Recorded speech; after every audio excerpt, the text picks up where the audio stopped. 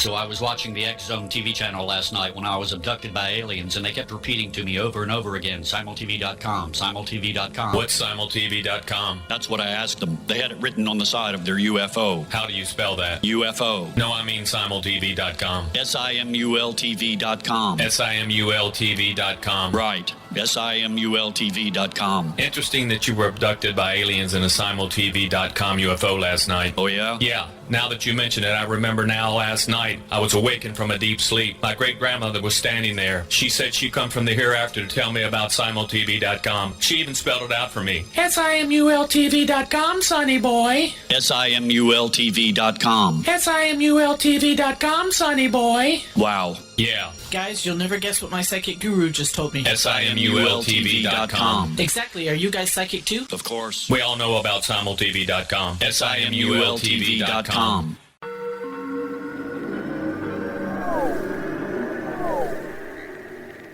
Roswell in the 21st century is a detailed re-examination of the Roswell UFO crash case. I have studied the evidence for more than 30 years, and I now put that evidence under a microscope in a cold case examination of the facts. These facts might not please everyone. They are based on my comprehensive investigation that took years to complete, but they do lead to the conclusion that whatever fell was not built on Earth.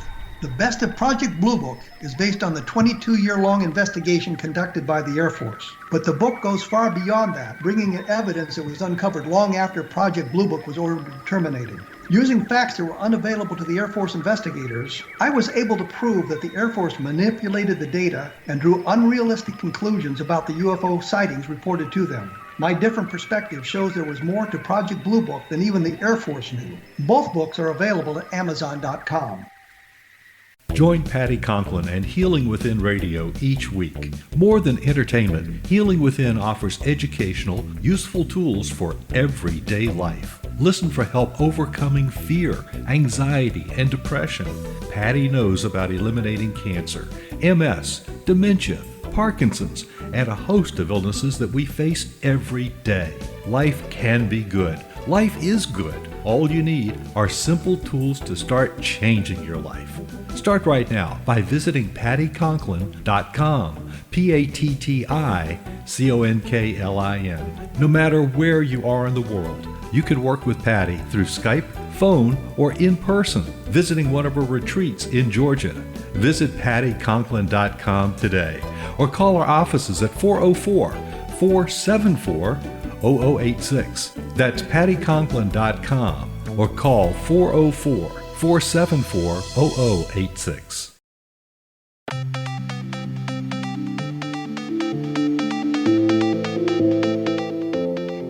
Welcome everyone to Too Good to Be True. Thank you for taking the time to listen.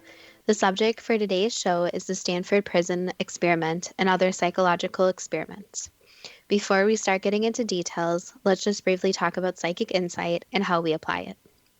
We choose a subject, then research it, and based on that research, we determine what we think needs to be explained by creating a series of questions. Then Justina provides psychic insight to answer those questions. The psychic insight is narrated towards the end of the show. Accepting the psychic insight is a question of individual belief. Now let's go through the disclaimers. Here are the disclaimers. Neither of us claim to have any expertise in any subjects that we discuss. We relate information we find through research and the psychic insight. We are always delighted to hear from the listeners. This show only lasts an hour. We don't have the time to present exhaustive research on any topic. This means that there will be information that we miss. We want to provide a basis for the psychic insight. We don't care if a theory turns out too good to be true, as the show name suggests. We are only interested in finding out more of the truth about topics. Spirit can only relate insight that is appropriate for our time and history. Free will cannot be affected. Only comments that are appropriate for our time can be given through the psychic insight. Much of the subject matter in shows may have already been covered many times in other media. We want to look into subjects in a new, different way and be thought-provoking. We are not so good with pronouncing names, we apologize. And neither of us have any particular knowledge of psychology or associated sciences. If we have misstated anything, we apologize. The word psychology seems to be used a lot, but I'm not clear on the meaning. Why don't you start with a definition of psychology? The following definition is from Wikipedia. Quote, Psychology is the science of behavior and mind. Psychology includes the study of conscious and unconscious phenomena, as well as feeling and thought. It is an academic discipline of immense scope." Unquote. Figuring out human behavior and how the human mind works needs to be safe and ethical. The online psychology degree info website discusses ethics. There has to be a limit to the argument that the end justifies the means, and I quote, "Humanity often pays a high price for progress and understanding. At least that seems to be the case in many famous psychological experiments. While some famous experiments in psychology have left test subjects temporarily distressed, others have left their participants with lifelong psychological issues. In either case, it's easy to ask the question, what's ethical when it comes to science? Then there are the experiments that involve children, animals, and test subjects who are unaware they're being experimented on. How far is too far, if the result means a better understanding of the human mind and behavior?" End quote. The Stanford prison experiment went too far. The Simple Psychology website outlines the purpose of the experiment. Philip Zimbardo, an American psychologist and Stanford University professor, led the research. Quote, "Zimbardo and his colleagues, 1973, were interested in finding out whether the brutality reported among guards in American prisons was due to the sadistic personalities of the guards, i.e. dispositional, or had more to do with the prison environment, i.e. situational. For example, prisoners and guards may have personalities which make conflict inevitable, with prisoners lacking respect for law and order and guards being domineering and aggressive. Alternatively, prisoners and guards may behave in a hostile manner due to the rigid power structure of the social environment in prisons. Zimbardo predicted the situation made people act the way they do rather than their dispositional personality." End quote. The experiment would have to depend on simulating real conditions. How did they achieve that? From the same article, quote, "To study the roles people play in prison situations, Zimbardo converted a basement of the Stanford University psychology building into a mock prison. He advertised asking for volunteers to participate in a study of the psychological effects of prison life. The 75 applicants who answered the ad were given diagnostic interviews and personality tests to eliminate candidates with psychological problems, medical disabilities, or a history of crime or drug abuse." Unquote. 24 out of 75 were chosen for mental stability, maturity, etc. None of the 24 knew each other beforehand. So some were the prisoners and some were guards. Yes, participants were randomly assigned to being a prisoner or guard. There were 10 prisoners and 11 guards after 2 reserves were designated, and there was a dropout. The experiment started with the prisoners having a simulated experience of being treated like criminals. Here's more from the Simple Psychology article. Quote, "Prisoners were treated like every other criminal, being arrested at their own homes without warning and taken to the local police station. They were fingerprinted, photographed, and booked. Then they were blindfolded and driven to the psychology department of Stanford University, where Zimbardo had the basement set out as a prison, with barred doors and windows, bare walls, and small cells. Here, the de-individuation process began.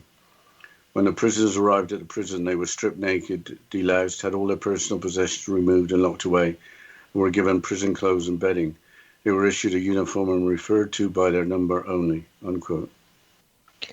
Was there a similar realism for the guards? Again from the Simple Psychology article.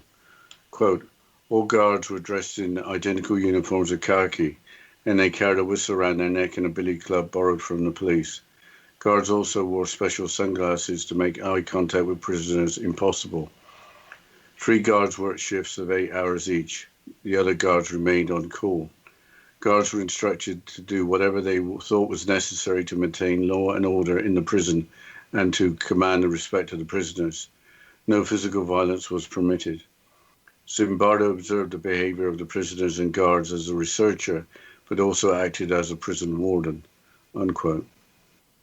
What were the results of the experiment? Following a prisoner rebellion on the 2nd day, the experiment ended on the 6th day due to the emotional breakdown of the prisoners and the excessive aggression of the guards. The experiment was supposed to run for 14 days. Here's more from the same article. Quote, Christina Mashlak, a recent Stanford PhD brought in to conduct interviews with the guards and prisoners, strongly objected when she saw the prisoners being abused by the guards. Filled with outrage, she said, it's terrible what you are doing to these boys. Out of 50 or more outsiders who had seen our prison, she was the only one who had ever questioned its morality. Zimbardo, 2008, later noted, it wasn't until much later that I realized how far into my prison role I was at that point, that I was thinking like a prison superintendent rather than a research psychologist, unquote. Being the lead researcher and also participating in the experiment seems to have been a bad idea, but I think it is significant that it took a female to question the morality or ethics of the experiment. Some observations, again from the article, are as follows, quote, most of the guards found it difficult to believe that they had behaved in the brutalizing ways that they had. Many said they hadn't known this side of them existed or that they were capable of such things.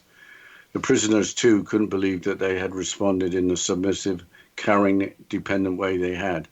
Several claimed to be assertive types normally. When asked about the guards, they described the usual three stereotypes that can be found in any prison. Some guards were good, some were tough but fair, and some were cruel, unquote. What does the article have to say about the outcome, especially whether brutality to the prisoners is due to the sadistic personalities of the guards, i.e. dispositional, or had more to do with the prison environment, i.e. situational? The outcome appears to be that brutality appears to be more to do with the prison environment, i.e. situational, than the sadistic personalities of the guards, i.e. dispositional. The ethics of the experiment are also discussed in the article.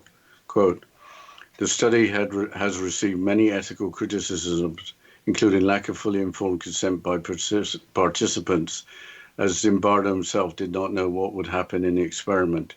It was unpredictable. Also, the prisoners did not consent to being arrested at home. The prisoners were not told, partly because final approval from the police wasn't given until minutes before the participants decided to participate, and partly because the researchers wanted the arrest to come as a surprise.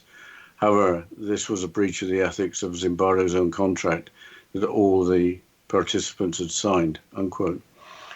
Zimbardo believes that gains in the understanding of human behavior enabling improvements in society should outbalance the distress caused by the study.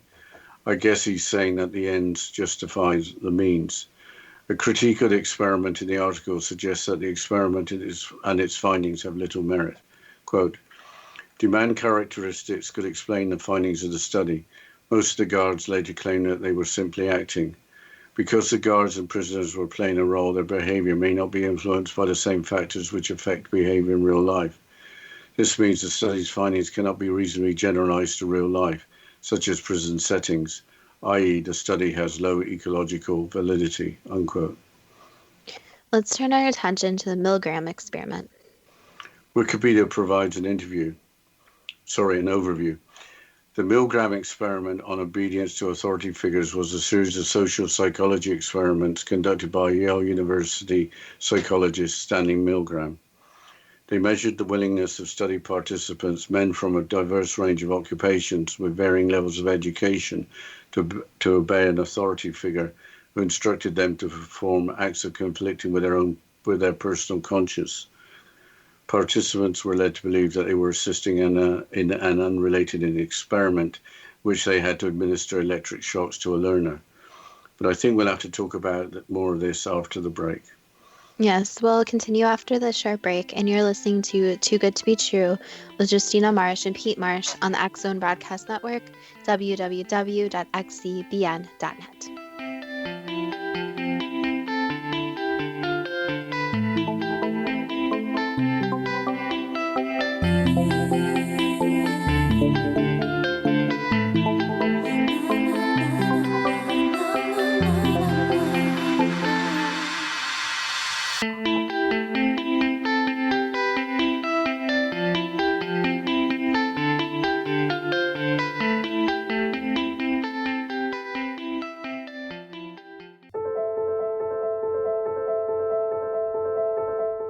Are you looking for psychic services that empower as well as provide accurate information?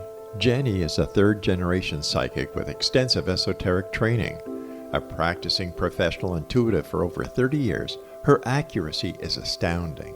While most psychics can read what will happen to you if you don't change directions, Jenny understands the future is subjective. While there is a river of time we all traverse, that river has many waves, eddies, currents, and tributaries from which to choose. With Jenny as your guide, you can explore the many possible outcomes in the river of time and navigate your course to the one of your liking. Take control of your future. Book your life-changing session with Jenny today at www.gen-e.net. That's www.gen-e.net.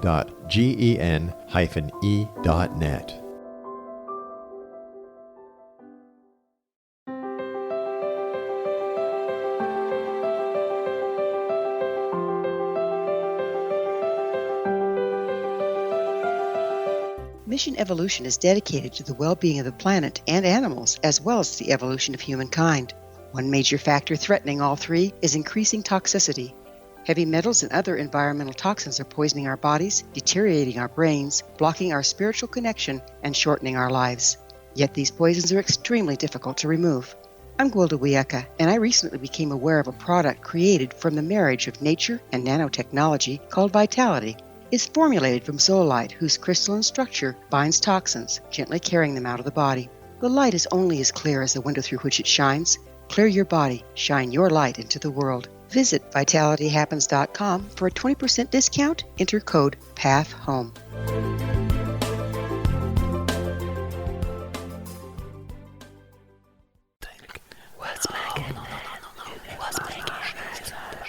In the mid-1990s, I was approached by a young woman who believed she'd been abducted by alien creatures.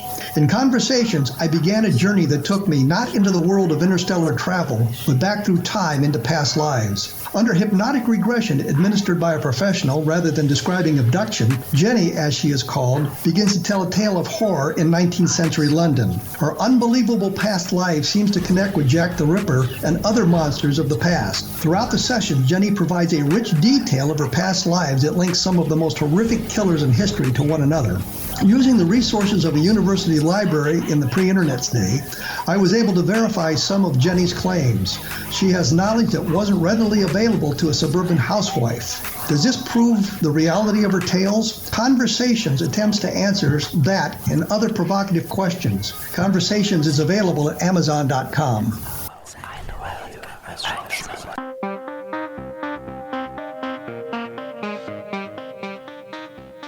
Welcome back to Too Good to Be True. And before the break, we were discussing the Milgram experiment, and Dad, you were quoting from Wikipedia.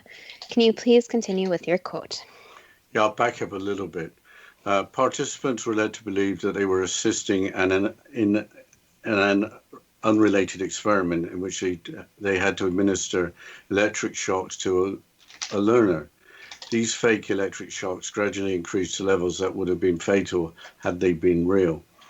The experiment found unexpectedly that a very high proportion of subjects would fully obey the instructions, albeit reluctantly. Milgram first described his research in a 1963 article in the Journal of Abnormal and Social Psychology, and later discussed his findings in greater depth in his 1974 book, Obedience to Authority: An Experimental View. The experiments began in July 1961 in the basement of Lindsley Chittenden Hall at Yale University, 3 months after the start of the trial of German Nazi war criminal Adolf Eichmann in Jerusalem.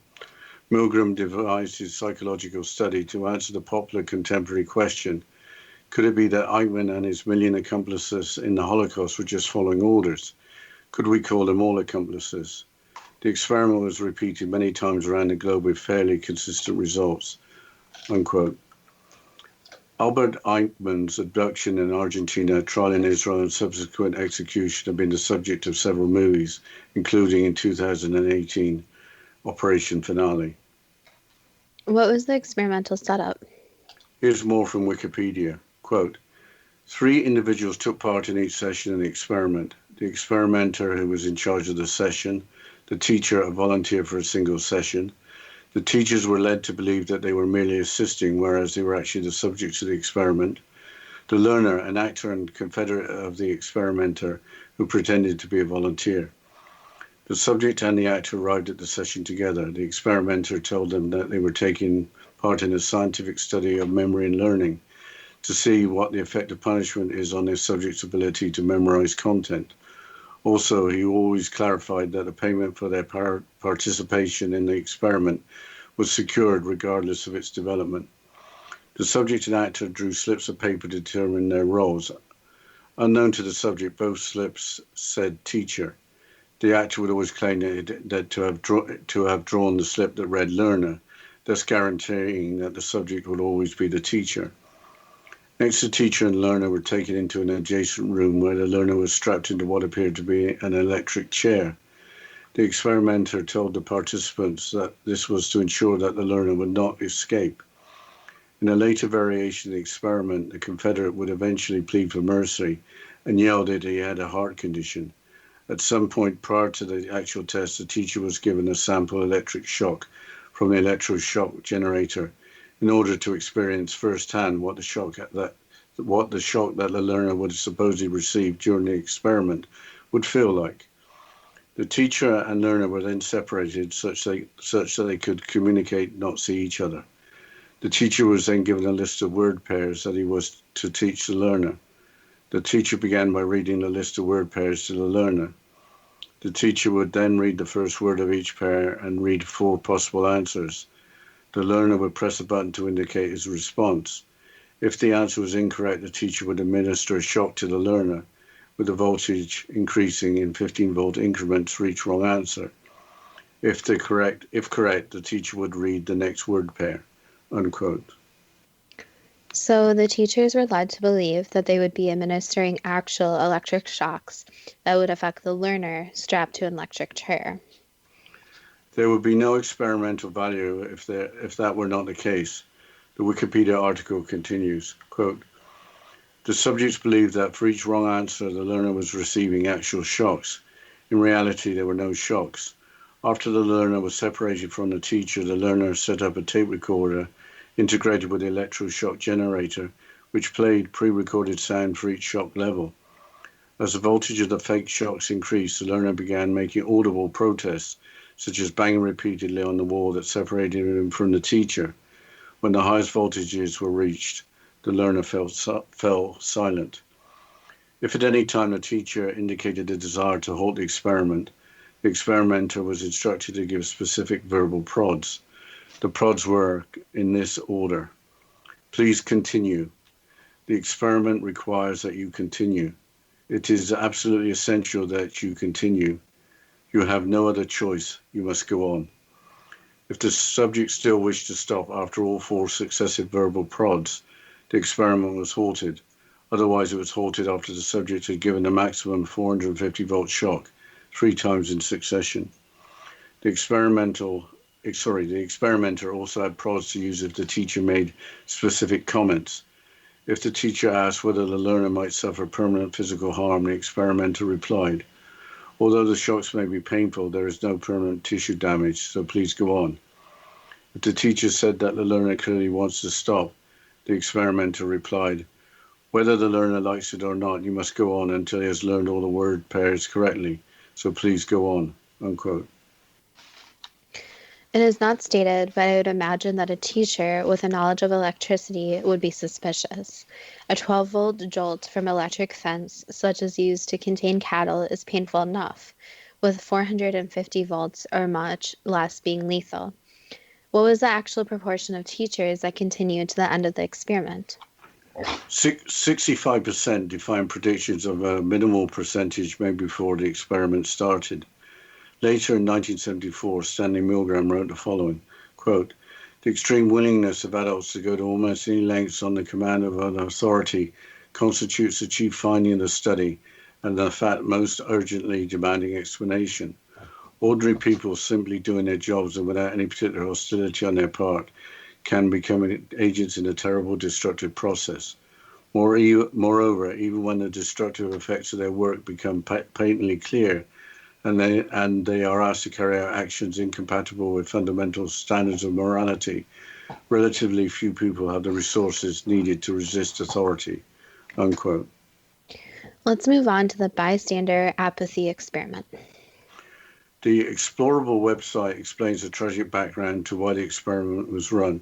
Quote, on March the 13th, 1964, Kitty Genovese was murdered in front of her home. She parked her car a number of feet from her apartment when all of a sudden a man named Winston Moseley chased her down and stabbed her in the back twice. Due to the excruciating pain, Kitty screamed for help and a neighbor responded, shouting at the criminal, let that girl alone.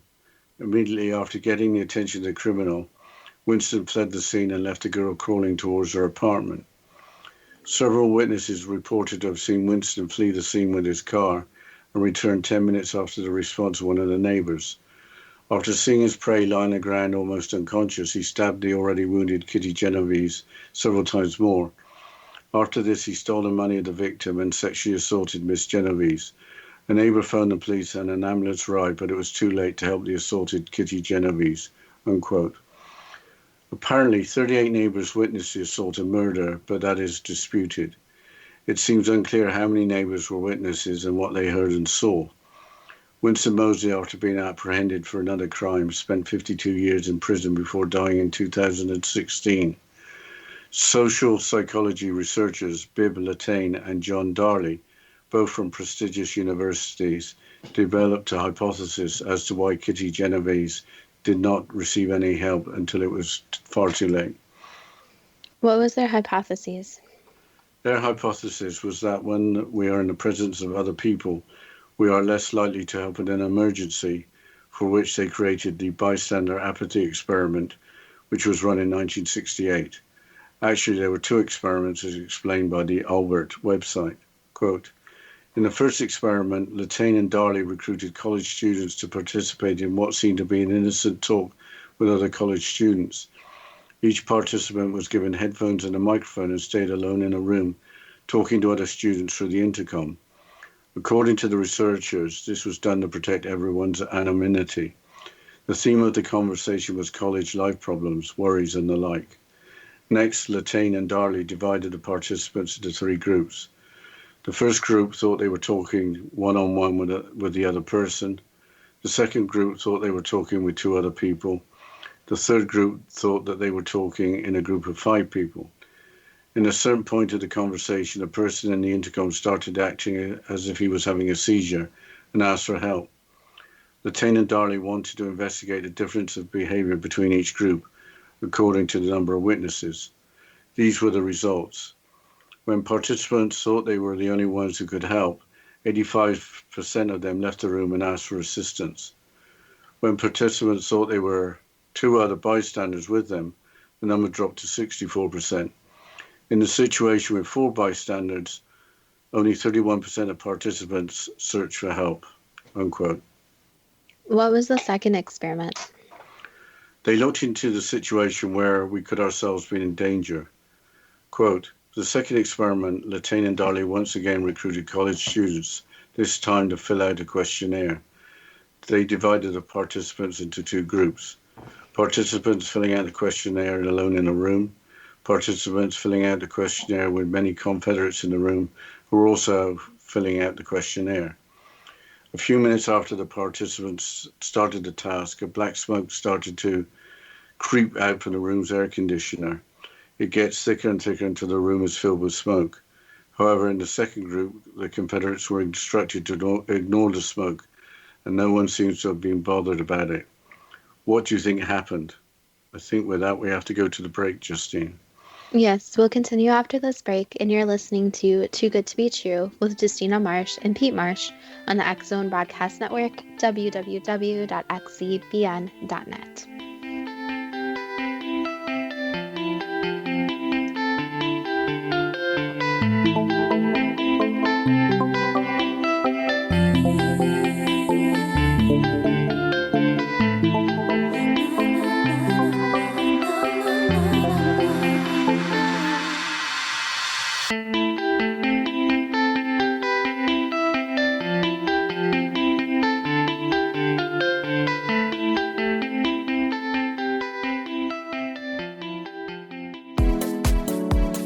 How would your life change if you could develop the business and personal skills that you need in order to make more money? Do you want to learn how to achieve your big life goals faster? Then go to findhiddenmoney.com and get the Goal for It online course. The course teaches you how you can set and achieve your biggest goals while completely overcoming the roadblocks to your goals so that you can realize your dreams and imagine more success. Go to findhiddenmoney.com. If you are looking for a safe, zero-calorie natural option to the harmful artificial sweeteners on the market today, Just Like Sugar is what you're looking for. Just Like Sugar is a wonderful natural alternative for those health-conscious people who choose a calorie-restricted diet with a great, pure, sweet flavor that tastes just like sugar. Just Like Sugar is a great natural option for people suffering from diabetes and may be useful in restricted diet programs where standard sugars are not allowed and does not cause a laxative effect of some other sweeteners. Just Like Sugar comprises a perfect blend of chicory root fiber, natural calcium, natural vitamin C, and Just Like Sugar's sweetness comes from the natural flavors from the peel of the orange. Just Like Sugar is a natural alternative to harmful artificial sweeteners and will change the way that you believe all natural sweetener products taste. Just Like Sugar is available at your local Whole Foods markets, Wild Oats markets, Henry's, Sun Harvest, and many other fine natural food stores in the U.S., Canada, and worldwide. Audience. If you have seen a UFO, had a close encounter, seen a ghost, Bigfoot, lake monster, or a story that you would like to share or have investigated, contact me, Rob McConnell, by sending me your email to xzone@xzoneradiotv.com, or you can call toll-free 1-800-610-7035, extension 143, and on Skype, X-Zone Radio TV. For more information on the X-Zone Radio TV show with yours truly, Rob McConnell, visit www.xzoneradiotv.com or www.xzonetvchannel.com or simultv.com and xzbn.net. Until next we meet here in the X-Zone from our broadcast center and studios in Hamilton, Ontario, Canada, always remember, X-Zone Nation, keep your eyes to the sky and your heart in the light.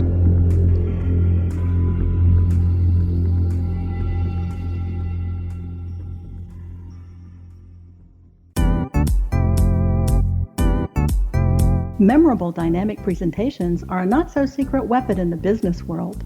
Do you have a powerful message that must be shared, but you haven't found a way to deliver that message? Do you want to be known as a top public speaker who gets amazing results? Are you ready to create and deliver your powerful message? Thomas Hides can help you create and deliver your speech to get the results you desire. Visit iconquality.com.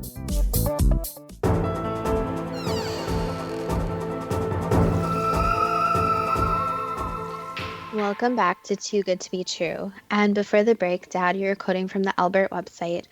Can you please continue about what happened with the participants? Yeah, I'll just back up a little bit. A few minutes after the participants started the task, a black smoke starts to creep out from the room's air conditioner. It gets thicker and thicker until the room is filled with smoke. However, in the second group, the Confederates were instructed to ignore the smoke, and so no one seems to be bothered about it. What do you think happened? Of the participants who were alone, 75% quickly left the room and reported the smoke to the researchers. Of those who were in the room with the unshaken Confederates, only 10% left the room and searched for help after twice the time of the participants who were alone. This is a surprising result that confirms the first study's findings. The greater the number of bystanders, the less likely we are to act. Even if we ourselves could be put in danger, being surrounded by people who do nothing makes us more likely also to do nothing.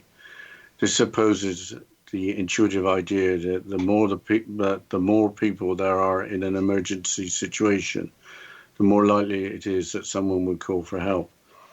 As Latane and Darley have shown in their studies, it is quite the contrary, unquote. Those experiments apparently helped in advancing the field of psychology, as well as helping law enforcement with a better understanding of the typical mentality of witnesses. But it's time for the first question. What guidance would you offer regarding the ethics of psychological experiments? How far is too far? if the result means a better understanding of the human mind and behavior? That's a very complex question since it depends on the individual people and what society they're present in.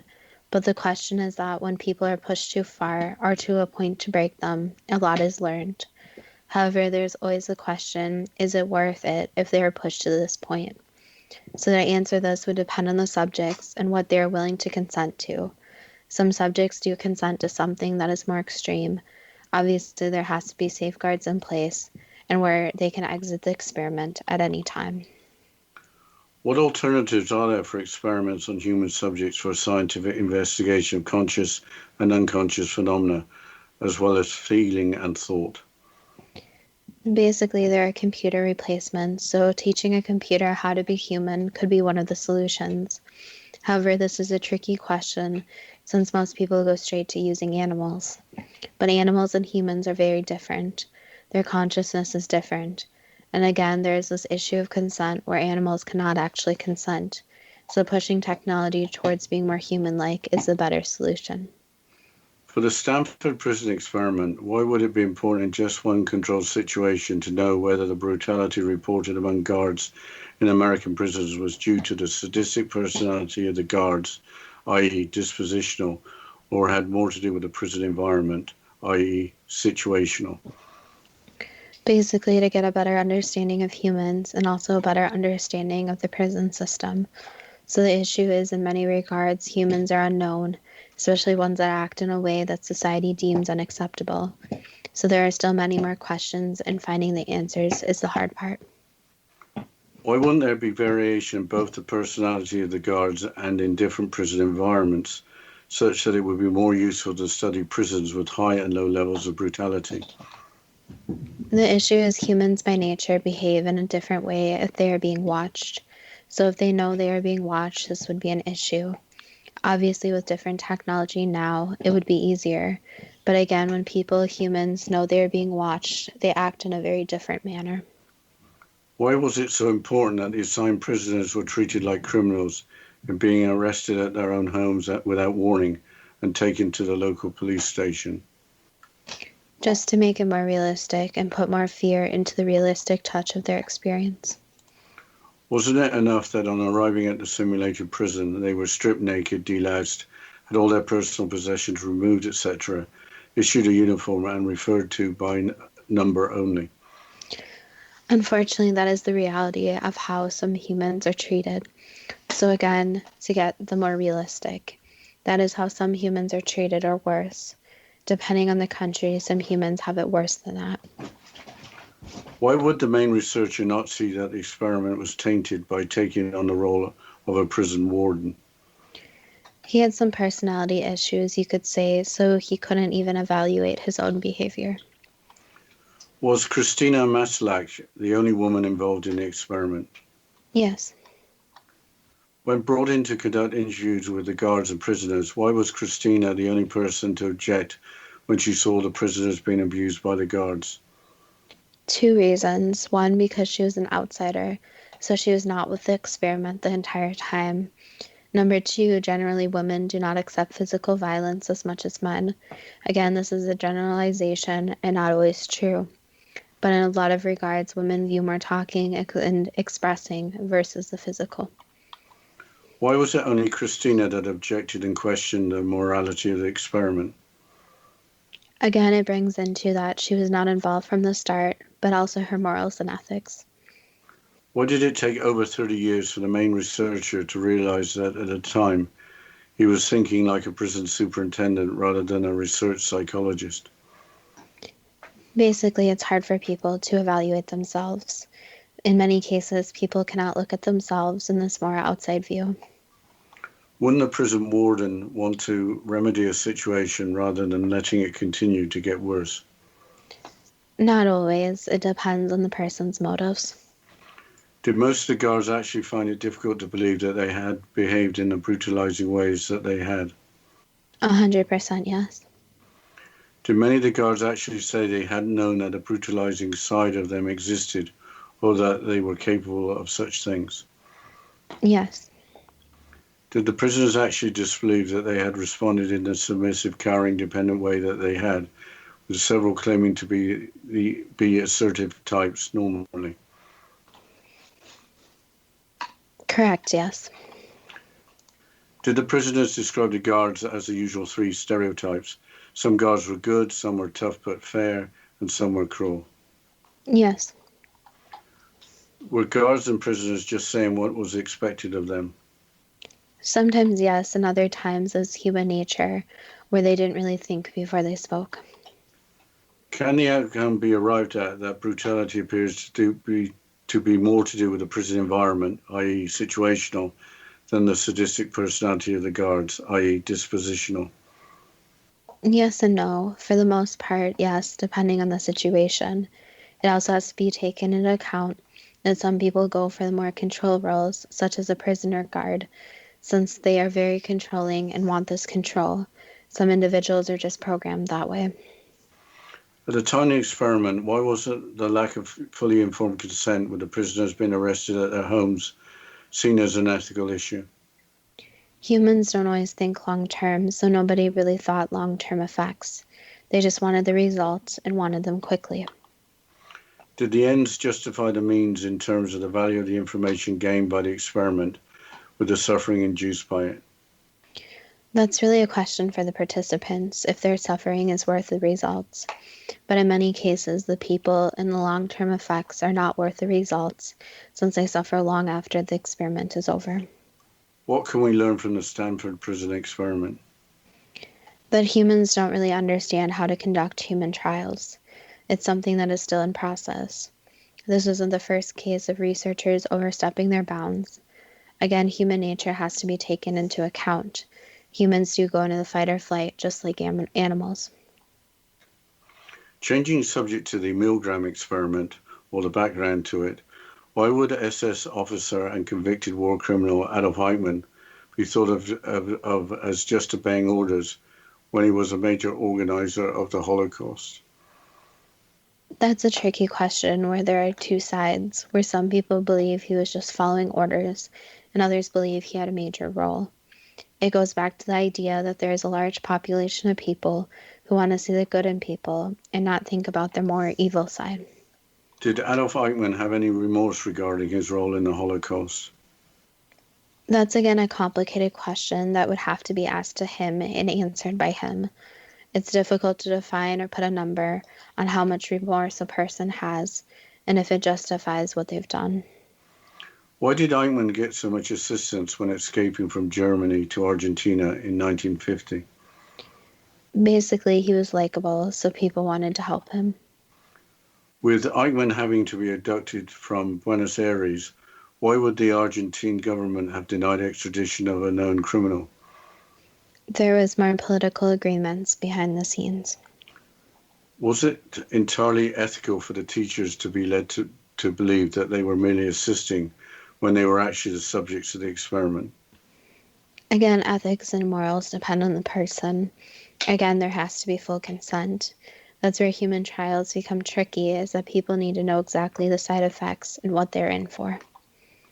Wouldn't the sight of an electric chair from which the learner could not escape suggest to the teacher that the consequence for errors in answering would be severe and possibly lethal? Yes, that's correct. Did all the teachers actually believe that for each wrong answer, the outcome would be an electric shock? Yes. Did the teachers, having been paid for their time, feel an obligation to comply with the verbal prods as follows? Please continue. The experiment requires that you continue. It is absolutely essential that you continue. You have no other choice. You must go on. Yes, that's correct. But we'll have to continue after this short break, and you're listening to Too Good to Be True with Justina Marsh and Pete Marsh on the X Zone Broadcast Network, www.xzbn.net.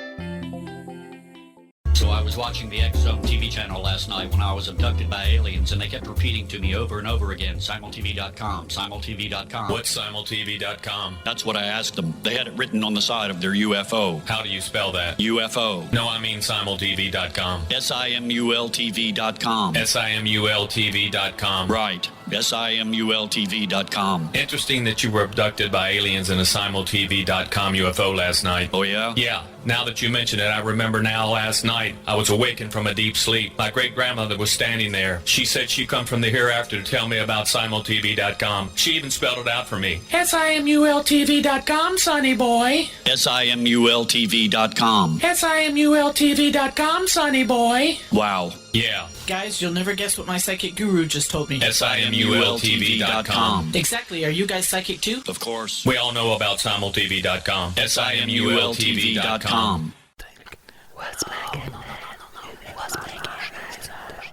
In the mid-1990s, I was approached by a young woman who believed she'd been abducted by alien creatures. In conversations, I began a journey that took me not into the world of interstellar travel, but back through time into past lives. Under hypnotic regression administered by a professional rather than describing abduction, Jenny, as she is called, begins to tell a tale of horror in 19th century London. Her unbelievable past life seems to connect with Jack the Ripper and other monsters of the past. Throughout the session, Jenny provides a rich detail of her past lives that links some of the most horrific killers in history to one another.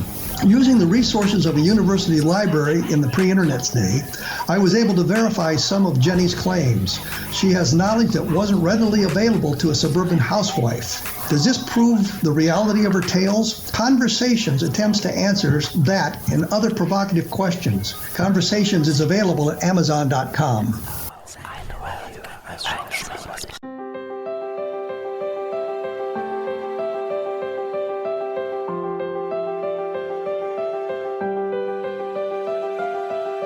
Mission Evolution is dedicated to the well-being of the planet and animals, as well as the evolution of humankind. One major factor threatening all three is increasing toxicity. Heavy metals and other environmental toxins are poisoning our bodies, deteriorating our brains, blocking our spiritual connection, and shortening our lives. Yet these poisons are extremely difficult to remove. I'm Gwilda Wiyaka, and I recently became aware of a product created from the marriage of nature and nanotechnology called Vitality. Is formulated from zoolite, whose crystalline structure binds toxins, gently carrying them out of the body. The light is only as clear as the window through which it shines. Clear your body, shine your light into the world. Visit vitalityhappens.com for a 20% discount. Enter code PATHHOME.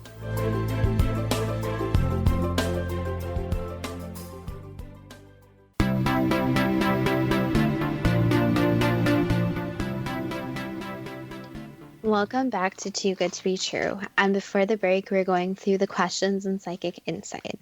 Dad, can you please continue? Yes. If the teacher asks whether the learner might suffer permanent physical harm, why would the answer be trusted?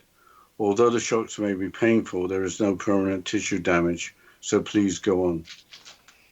Basically, in an experiment, the participants normally trust the people conducting the experiment.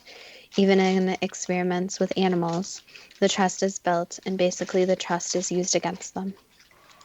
How many teachers would have known that an electric shock of far less than a maximum of 450 volts would have been lethal? It's not common knowledge, so many people would not know how much it would take to harm a person. Why did the prediction that only a minimal percentage of teachers would continue to the end of the experiment turn out to be entirely wrong, with 65% continuing to the end? Again, it's building trust and building trust in the participants, so they do not want to continue. Were there large differences in cultures when the experiment was repeated many times around the globe with fairly consistent results? Yes and no. There is this trust aspect, so any culture can build this trust. Is it true today that there's extreme willingness of people to go to almost any lengths on the command of an authority? That could be said. There are always people who do fight back, do not listen, but also many who will just follow orders. Can ordinary people simply doing their jobs and without any particular hostility on their part become agents in a terrible destructive process?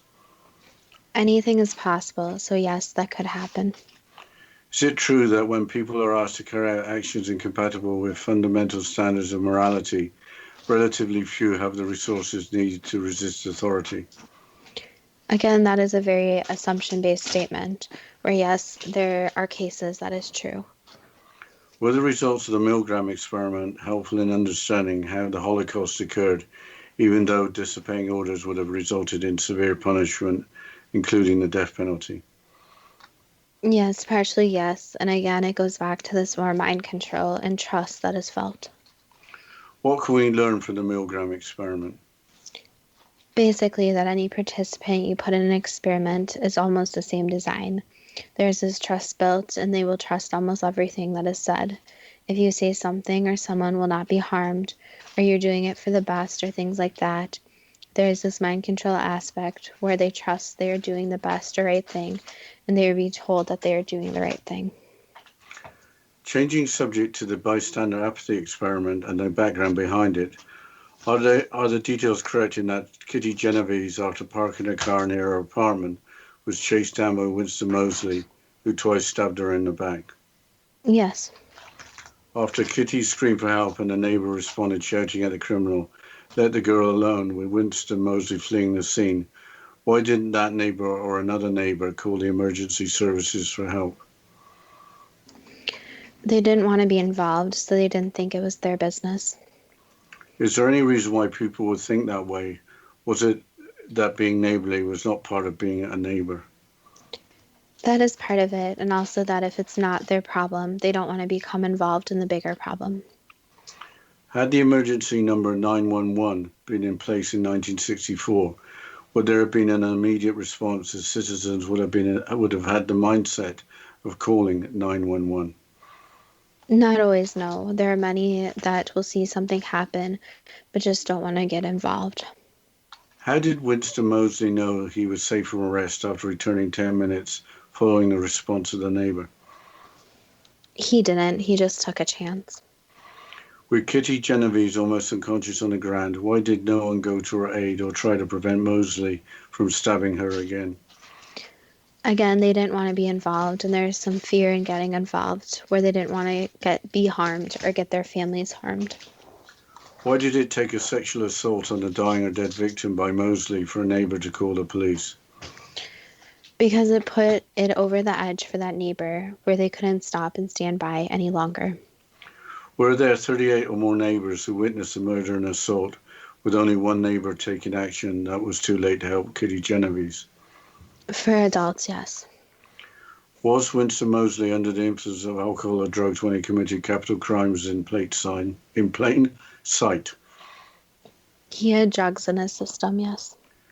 As indicated by Latane and Darley, were the neighbors as individuals less likely to help in an emergency when in the presence of other neighbors? Yes, there's also the kind of conclusion where they believe it's someone else's problem. Is Latane and Darley's conclusion correct in that the greater the number of bystanders, less likely that an individual bystander is going to act?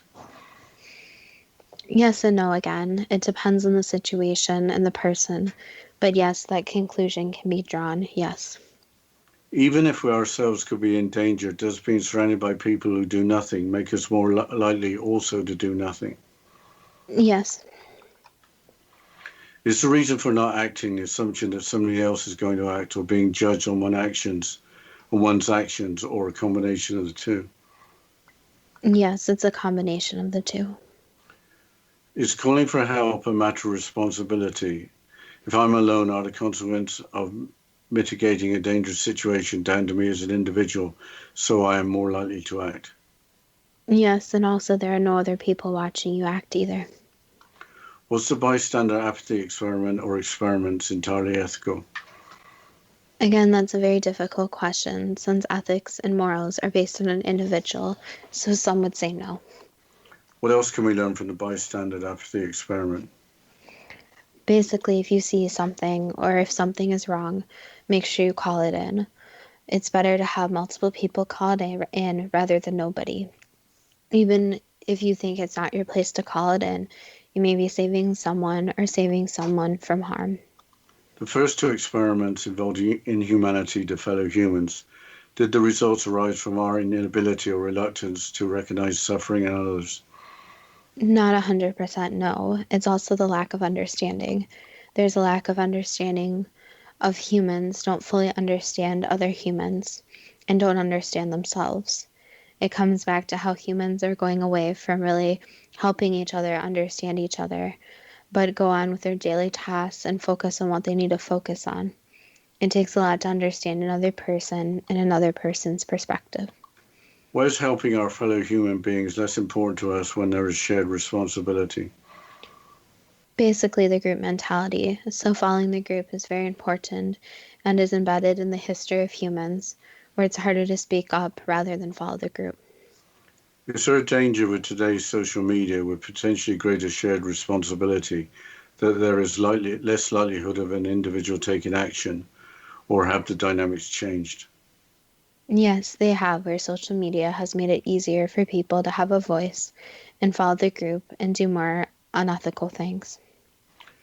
Today, with so much instant social media and the experimental necessity of maintaining a controlled environment, would similar experiments to those discussed be impossible to repeat? Yes and no. There's always somebody that is going to push the boundaries and try to repeat the experiment or try a different one. In a more well-known setting, it would almost be impossible. For example, with the shared responsibility for world hunger and for protecting the environment, what is needed for us to better help each other as part of a world community? Understanding. So understanding not just themselves, but each other. So speaking up. So having those leaders that actually have the followers behind them. That was the last answer. Would a better understanding of each other leading to a better world be too good to be true? That depends on what you are prepared to believe. I guess the outcome of all three experiments was counterintuitive, but I have no knowledge of psychology and I really don't know what to think, except you have to think carefully in a stressful situation, even though stress makes it difficult to think clearly.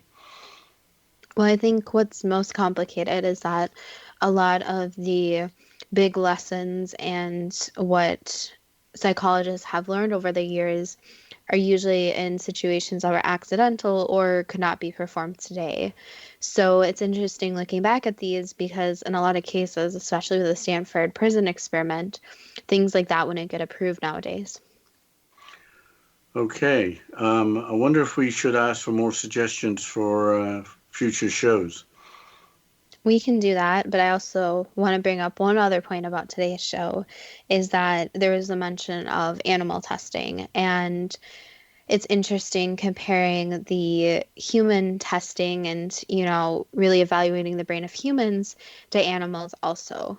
So as people may assume about me, I'm a huge advocate for animals, and I think that many people don't know that animal testing is still going on to this day, especially in other countries, and that these animals, just like some of these humans, don't really have a voice. But anyway, let's go back to the suggestions. You can always contact us on our Facebook page at Too Good to Be True, the first two spelled TWO, and we're open to any suggestions. So if you have knowledge about psychology, you want us to cover other experiments, other more scientific experiments, anything like that. If you want us to cover more things back into the paranormal or Dad's favorite ancient history, you can contact us on there, and also our Instagram page at TWOGTBT. We'd love to hear from you. And as always, thank you so much for listening to this show, and we look forward to next week's show as always.